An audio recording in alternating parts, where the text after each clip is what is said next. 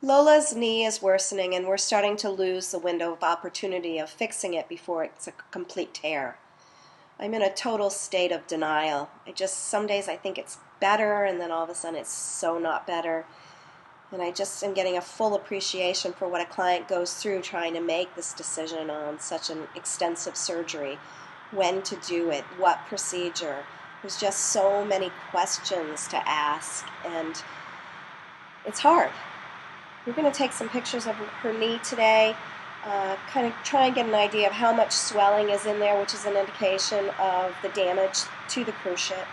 And we're going to visit with Judy Coates, a certified canine rehabilitation therapist that comes to Stonecliffe Animal Clinic pre and post-op surgery. And she is going to evaluate Lola today in preparation for her surgery. You can start. So what we want to do before surgery is have a visit. We know that if the dog goes into surgery with good mobility and good strength, that the recovery will be easier. So if we have an appointment or two before surgery, we can accomplish three things. We can get some baseline measurements of range of motion and strength and girth size. We can owner in treating the dog before surgery to maximize strength and to maximize range of motion and decrease pain. And then the third thing we can do is instruct the owner in immediate post-operative care, which will be focusing on range of motion and decreasing pain and swelling. So when we look at the first goal, our baseline measurements, what we want to do is measure, first of all, strength. So we can test strength by, here Lola. Gonna have her stand here. I'm gonna get her front end, I think. So if I ask her to stand just on her left leg versus just standing on her right leg, you can see a difference in her ability to, or her willingness to stand on the legs. So we have a way of grading this in terms of strength, so we know what her strength is today, and we hope to improve that if possible before surgery, and then we can recheck it after.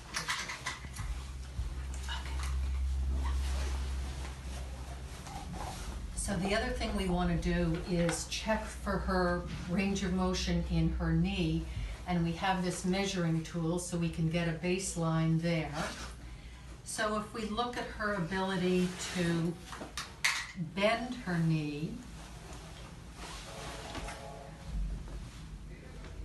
and she looks quite good there. Just at the very end of the normal range of motion, she's a little restricted and a little painful.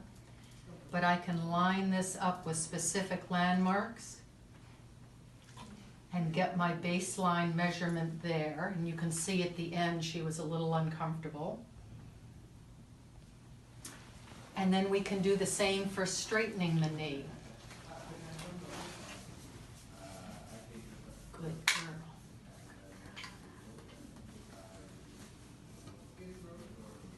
So you'll see that I'm not forcing her, I'm just trying to encourage her to straighten it on her own.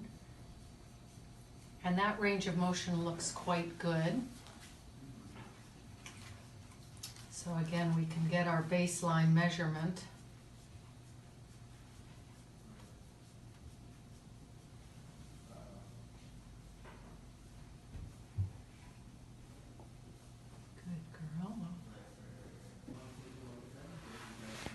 All right, and then the other thing that we can do is look at the girth of her muscle and compare that to the other side. So the way we measure that, what is that? Well, that looks like something fun to eat. Yes. And we can do this in standing or lying down. But I can now measure in centimeters how big this muscle is, and then we can compare that to the other side. Now, if this was chronically ruptured, that measurement, that muscle wasting would be greater. That's right. That's right. So, and that's important when we see a dog that's been lame for 3 months rather than 3 weeks. We usually see more restriction in the range of motion and a weaker leg and less muscle bulk there. So that's the first thing we do. The second thing that we do is we want to teach you how to maintain this range of motion and maintain or gain some strength prior to surgery. So with the range of motion, I'll teach you how to just gently do these ranges of motion. You can see again, she's a little uncomfortable at the end of bending it. And just to maintain that. So luckily with Lola, we really don't have to gain range. We're really just going to have her maintain what she has. And then for strengthening, we will want to do leash walks. Good luck with that, Jody. She goes on a leash. Leash walks. And what we know is that the slower the dog goes, the more they have to weight bear on that leg. So when she speeds up, she can compensate and fake. So we'll want to do very slow walks with her within her comfort range. So if she comes back and she has lameness, then you went too long. The other thing is, if we do circles, we know that when we walk the dog in circles, the inside leg has to weight bear more.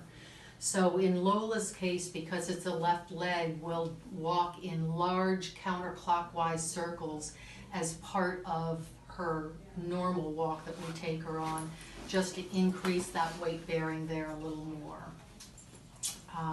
And those are probably, the third thing is uphill walking. Very slow uphill walking will give good weight bearing to the hind leg. When the fronts are up, then the weight gets shifted to the back. And then our third goal is going to be to start to show you what you can do immediately post-op. And this you can start doing this even before sutures are removed. Owners are often afraid to touch the leg of the surgical side. So what we recommend is elevating the leg a bit so that we get swelling coming up the leg. And once it's elevated, if you do a soft stroke from the foot up towards the hip, we can start to decrease the swelling. It's called an effleurage technique. And we can I'll show you how to do some gentle joint compressions like this, which is a great treatment for pain and reduction of swelling. So what are you doing with your hands? Yeah, so I am stabilizing above the knee, I'm holding on to the ankle, and I'm pushing the ankle hand up towards the knee. So what I'm doing is this, very quick oscillations, and you can see this is not painful for her at all, and it won't be after surgery as well. But it's a great treatment for pain. We stimulate fibers that help reduce pain.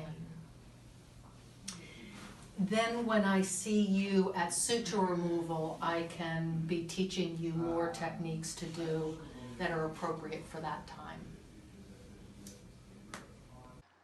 So inflammation prevents the healing cells from getting to the injury site. So our goal will be to try and reduce that swelling and therefore hopefully speed up her recovery.